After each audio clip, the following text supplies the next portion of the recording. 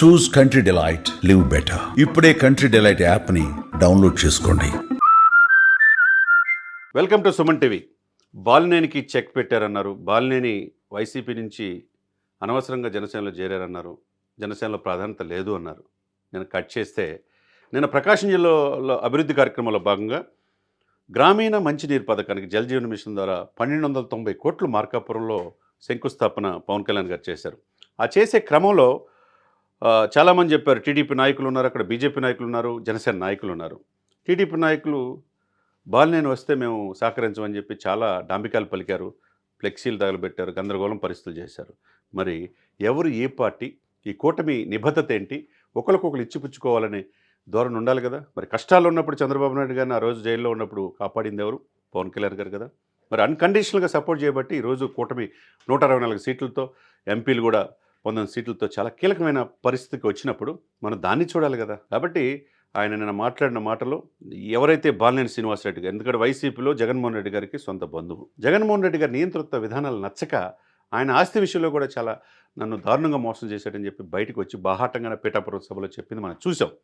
అటువంటి వ్యక్తి, ఆ వ్యక్తి దాంతోపాటు ఆయన రావడంతో పాటు కూడా ప్రముఖులందరూ కూడా వైసీపీ నుంచి తీసుకొచ్చి మంగళగిరి ఆఫీసులో జాయిన్ చేశారు. ఇదంతా ఒక ఎత్తు అయితే వితిన్ 1 మంత్లో పవన్ కళ్యాణ్ గారి సమక్షంలో 25 మంది కార్పొరేటర్లని, వైసీపీ కార్పొరేటర్లు కూడా తీసుకొస్తే వైసీపీ కంప్లీట్గా ఒక్క సీటు, అదే ఎర్రగొండపాలెం, ఆ తర్వాత దర్శి తప్పితే మొత్తం కూడా కూటమికి మాయమైపోయింది. కాబట్టి వైసీపీ అక్కడ పుంజుకునే అవకాశమే లేదు. బాలినేని శ్రీనివాసరెడ్డి గారి యొక్క ఇదితో ఎంత ప్రభావం జనసేనలో చూపించిందో మనకు అర్థమైంది.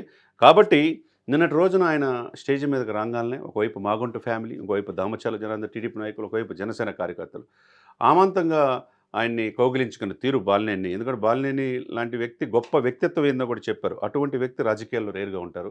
పార్టీలో ఉన్న విధానాలకు వ్యతిరేకంగా ఎవరిని ఎక్కువ విమర్శించరు. అభివృద్ధి పరమావధిగా పనిచేసే బాలినేని గారికి ఆ నాయకత్వం మాకు అవసరం ఈ పార్టీ కంటే.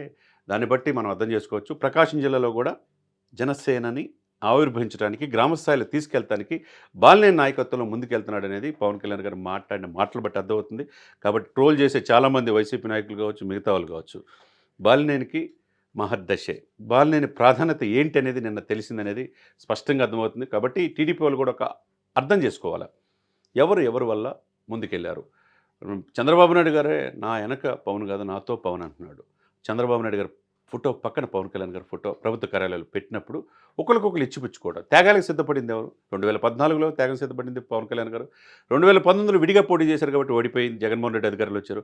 2024లో మళ్ళీ త్యాగానికి సిద్ధపడింది పవన్ కళ్యాణ్ గారు. సీట్ల విషయంలో కూడా త్యాగం సిద్ధపడి 21 సీట్లు 21 గెలిపించుకున్నాడు.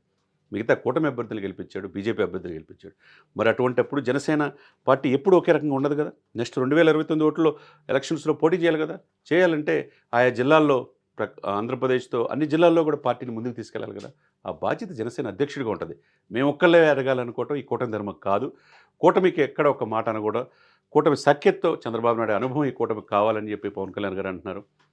ఒకవైపు జగన్మోహన్ రెడ్డి గారిని కూడా అదే వేదిక మీదుగా జగన్మోహన్ రెడ్డి గారు, మీరు 2029లో నరుకుతాం, ఇది చేస్తాం ఉంటారు, రఫ్ ఆడిస్తూ ఉంటున్నారు, మీకు అవకాశమే లేదు, మిమ్మల్ని రానీను అని చెప్పి స్పష్టంగా చెప్పినారు. కాబట్టి కూటమిలో కూడా జనసేన ఎవరైతే నాయకులు ఉన్నారో టీడీపీని గౌరవించుకోవాలి. అదే సమయంలో టీడీపీ మేమే ముఖ్యమంత్రి, మేము చెప్పినట్టు ఏనాలా, జనసేన ఎవరు గౌరవించడం అంటే కుదరదు. ఇక్కడ ఇద్దరు ఇచ్చిపుచ్చుకునే దారులు ఉండాలి. అదేవిధంగా బీజేపీ కూడా ఈ ముగ్గురు కలిసి పనిచేస్తేనే పవన్ కళ్యాణ్ గారు రాబోయే 15 సంవత్సరాలు మాదే అన్న మాటకి అర్థం ఉంటుంది.